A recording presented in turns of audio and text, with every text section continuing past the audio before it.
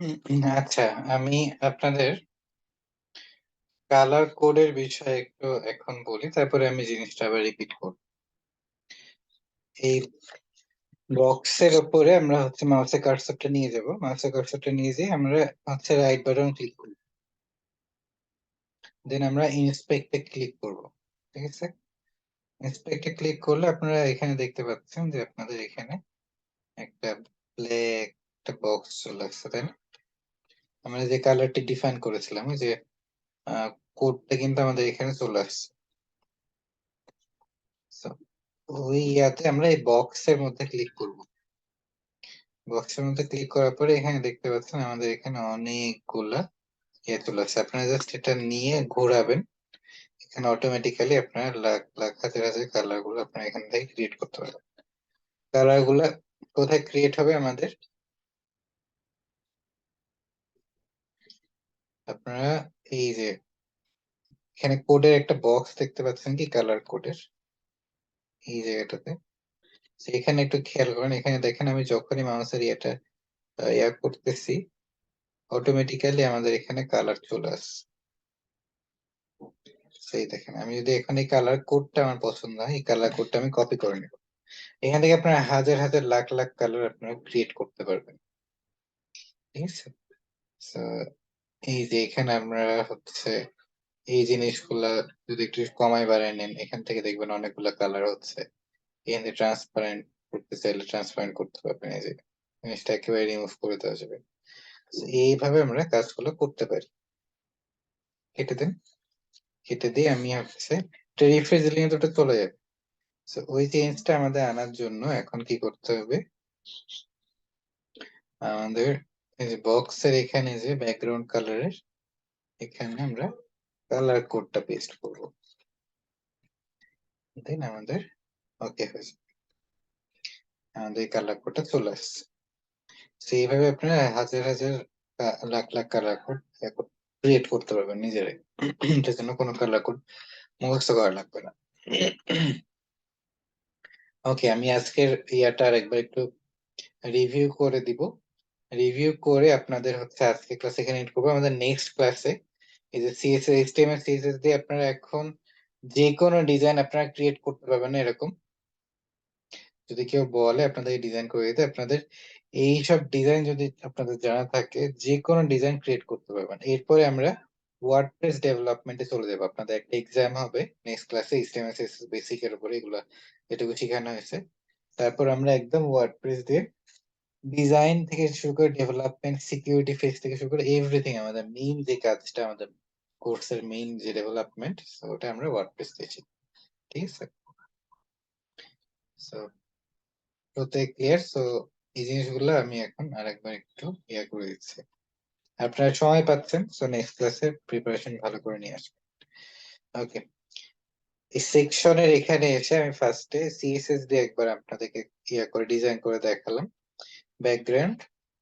আমি যখন কথা বলবো আপনারা কেউ কোনো মেসেজ দিবেন না, ঠিক আছে?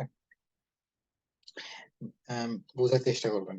পরে এই মানুষগুলো আবার হচ্ছে আপনারা বলেন যে এটা বুঝে না, এটা বুঝে না। তো মনোযোগ দিন, যেটা একটু দেখাচ্ছে। ব্যাকগ্রাউন্ড ইমেজের এখানে আমরা জাস্ট সেকশন ডিক্লেয়ার করলাম, সেকেন্ড ব্র্যাকেটের মধ্যে আমরা ব্যাকগ্রাউন্ড ইমেজটা রাখবো। এখানে আমরা কি রেখেছি? Just URL. ইউআরএল এর মধ্যে আমাদের ওখানে আপনাদের সেকেন্ড কোটেশনের মধ্যে যা ছিল সেম ভাবে আমরা লোকেশনটা এখানে ডিফাইন করেছি। এখানে চাইলে আপনারা অনলাইন ইমেজ লিঙ্কও দিতে পারবেন, সেম ভাবে কাজ করবে। মার্জিন টপটা 0 করে দিবেন, তাহলে আপনাদের ওই যে ইয়ার গ্যাপটা থাকবে না। যাই হোক, এই যে বক্সের মধ্যে আগে আপনার এখানে বিয়ার ট্যাগ আর ওখানে মার্জিন টপ 0 করে দিবেন, তাহলে আপনাদের এই হেডার সেকশনের মধ্যে গ্যাপটা থাকবে না। সেকশন আমরা বক্স নামের একটা ক্লাস নেম ডিক্লেয়ার করেছি। এজ ইউজুয়াল আপনারা ক্লাস নেম ডিক্লেয়ার করতে পারেন। আর ওখানে আমরা সুন্দরভাবে একটা স্ট্রাকচার সাজিয়ে নিয়েছি, আর ওই স্ট্রাকচার গুলোকে এখানে আমরা স্টাইলিং করে দিয়েছি। আর এই বক্সটাকে স্ট্রাকচারে দাঁড় করানোর জন্য আমরা ডট বক্স নামে এখানে একটা ক্লাস নেম ডিক্লেয়ার করেছি, ওখানে হাইট ওয়াইট দিয়ে দিলাম। বক্সটা অটোমেটিক্যালি আমাদের চলে আসছে। ব্যাকগ্রাউন্ড কালার, এখানে কালার কোড আমরা দিয়েছি, কিভাবে ক্রিয়েট করতে ওগুলো দেখিয়ে দিয়েছি আপনাদেরকে। মার্জিন আমাদের এখানে 25 পিক্সেল দিয়েছি, অটো দিয়েছি, তার মানে হচ্ছে এটা অটোমেটিক্যালি মাঝে নিয়ে নিবে আমাদের। ঠিক আছে, মার্জিন 25 পিক্সেল অটো দেওয়ার জন্য। ওকে, আর আমি এই কালার কোডের বিষয়টা আরেকবার দেখাই। বক্সের এখানে যে আমি ইন্সপেক্টে গেলাম, ইন্সপেক্টে যাওয়ার পরে আমাদের এখানে যে ব্যাকগ্রাউন্ড কালার যেটা আছে, এই কালারটা এখানে ভাবে যে কোনো একটা কালার আমি নিয়ে নেই। সেখানে দেখেন আমি এই কালার কোডটা আরেকবার আমি চেঞ্জ করে দেখা দিচ্ছি। সেটা ক্লিক করলাম, এখানে নিয়ে আসলাম, এখানে পেস্ট করলাম, সেভ করলাম, চেঞ্জ করেন, অটোমেটিক্যালি আমাদের কালার কোডটা চেঞ্জ হয়ে যাবে। ওকে, মার্জিন আমাদের 25 পিক্সেল অটো, তার ইয়েটা বলে দিলাম 25 পিক্সেল মানে চারিদিকে নিয়ে নিবে। অটো মানে আমাদের এটা অটোমেটিক্যালি মাঝে মাঝে চলে আসবে। ওকে, কালার আমরা এখানে হোয়াইট দিয়েছি, মানে আমাদের এই যে এই লেখাগুলোর কালার, বক্সের লেখাগুলোর কালার আমাদের আসবে হোয়াইট। ঠিক আছে, ওপাসিটি 0.6 দিয়েছি, ওই জন্য আমার এটা এসছে। পয়েন্ট যত কমাতে থাকবেন একেবারে ট্রান্সপারেন্ট হয়ে যাবে, যত বাড়াবেন তত আমাদের জিনিসটা ডার্ক হবে বা ডিপ হবে। আর এজ লাস্ট আপনারা ফুটার এখানে প্যারাগ্রাফ ট্যাগ ইউজ করে আমরা জাস্ট স্টাইলিং করে দিচ্ছি। তো খুবই সহজ জিনিস।